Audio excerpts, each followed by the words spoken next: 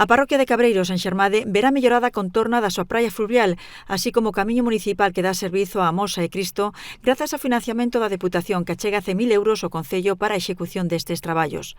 Esta colaboración queda recollida no convenio asinado entre o presidente José Tomé e o alcalde Roberto García, no que a entidade local tamén se compromete a achegar máis de 30.000 euros. A primeira das actuacións, cun presuposto de 70.000 euros, consiste no acondicionamento da área de baño e a área de xogos infantís. A obra prevé a instalación de presas desmontables na época estival, co obxectivo de que a veciñanza e os visitantes desfruten dunha mellor área de lecer á beira do río Trimaz. No caso do camiño municipal que dá acceso desde a estrada LU 170 aos lugares da Amosa e Cristo, os traballos consistirán na limpeza de cunetas, a mellora do firme con aglomerado en quente e o pintado da vía.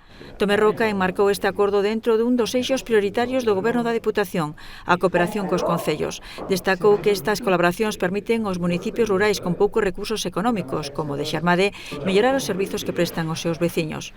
O rexedor destacou pola súa banda que esta achega da Deputación servirá para recuperar esta antiga praia fluvial situada na Rede Natura 2000 e na Reserva da Biosfera Terras do Miño, co obxectivo de promover un turismo sostible e de calidade.